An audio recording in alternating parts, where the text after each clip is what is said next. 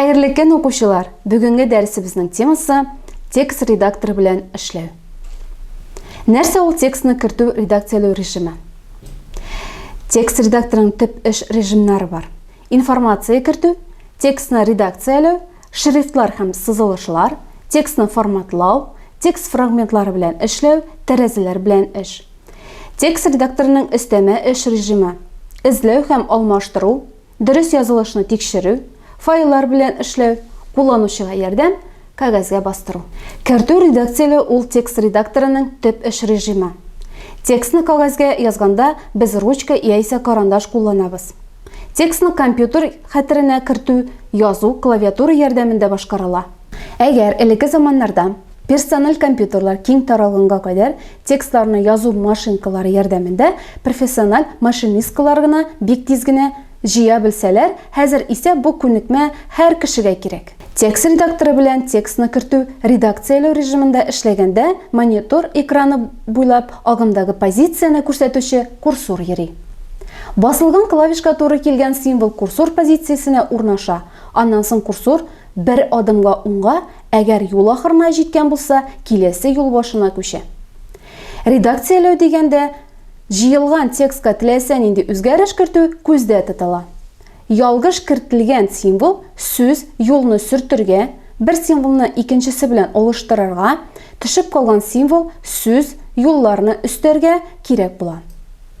Текстны редакцияләү процессында кулланучы шрифтларны үзгәртә, текстны форматлый, фрагментларны билгели һәм алар белән төрле гамәлләр башкара, күчерә, битерә, күчермәсен ала. Компьютерда текст редакторы ярдәмендә ясалган текст документында да төрле шрифтлар кулланырга мөмкин.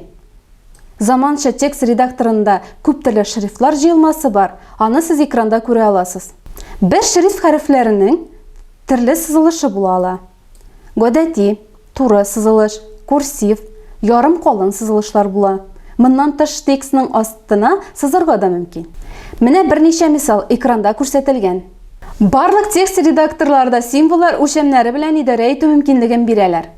Текст редакторы шрифтларны, сызылыш һәм үлчәмнәрне үзгәртергә мөмкинлек бирә икән, хәтердә тамгаларның кодлары гына түгел, аларны сурәтләү ысулына күрсәтмәләр дә сакланган истә тотарга кирәк. Бу текст файлының күләмен арттыра. Шрифтлар турындагы информацияны текстны экранга яисә бастырып чыгару белән идарә итүче программалар кабул итә. Нәкъ менә алар символларның кирәкле формадагы сурәтен барлыкка китерә дә инде. Безнең илдә киң кулланучы барлык редакторлар рус яки татар алфавитында да кулланырга, инглизчә текст җыярга да мөмкинлек бирәләр. Басма текстны форматлау дигәндә юлларның торышы, юлның озынлыгы, юллар арасы, текстны кырыйдан яки юл уртасыннан тигезләү, ян кырлар, бит үлчәмнәрен билгеләү күздә тотыла. Формат параметрлары юл озынлыгы, юллар арасы, текстны кертү алдыннан кулланучы тарафыннан билгеләнә һәм автомат рәвештә текст редакторы тарафыннан шул килеш тотыла. Кулланучыга текст җыясы гына кала. Текст редакторы мәсәлән юл үлчәме белән ничек идарә итәсең? Юл үлчәмен билгеләп куйганнан соң текст редакторы юлның тәмамлануын карап тора.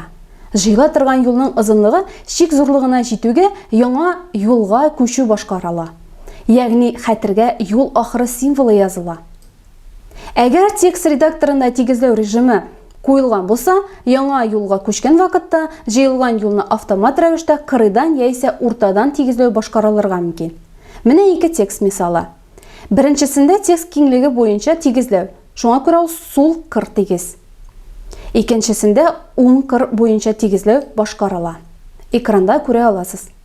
Кайбер редакторлар сүзне юлдан юлга күчерү кагыйдәләре буенча автомат рәвештә күчерәләр. Текст редакторының күпчелеге текстта фрагментлар, блоклар дип аталучы кисәкләрне аерып күрсәтергә мөмкинлек бирә. Аерып күрсәтелә торган фрагмент экранда фон һәм символларның төсе үзгәрү белән билгеләнә. Аерып күрсәтелгән фрагмент белән мондый гамәлләрне башкарырга мөмкин. Форматын алыштыру, шрифтын үзгәртү, битерү, күчерү, күчермәсен алу. Соңгы эш гамәл хәтернең алмашы буферы дип аталган махсус өлешеннән файдалану белән бәйле. Мисал өчен текст фрагментын бер урыннан икенче урынга күчерүне карыйк. Мындай операция үшін гамәлләр эзлеклелеге, текст фрагментын айырып күрсәтергә, кисеп алу, вырезать командасын сайларга, курсорны алмаштырып кую урынына урнаштырырга, өстә вставить командасын сайларга. Текстның кисеп алу командасы буенча сыртып алынган фрагмент бөтенләй юкка чыкмый, ә буфер өлкәсенә күчереп тора. Аннары буфер өлкәсеннән ул курсор күрсәткән урынга күчерелә. Буфердан күчермәне күп тапкырлар башкарырга мөмкин. Әгәр дә икенче пунктта кисеп алу командасы урынына күчермәсен алырга командасы булса, тамгаланган блок буферга да куела, урынында кала. Шуның белән укучылар темабызның теория өлеше тәмам. Киләсе очрашуларга кадәр сау булыгыз.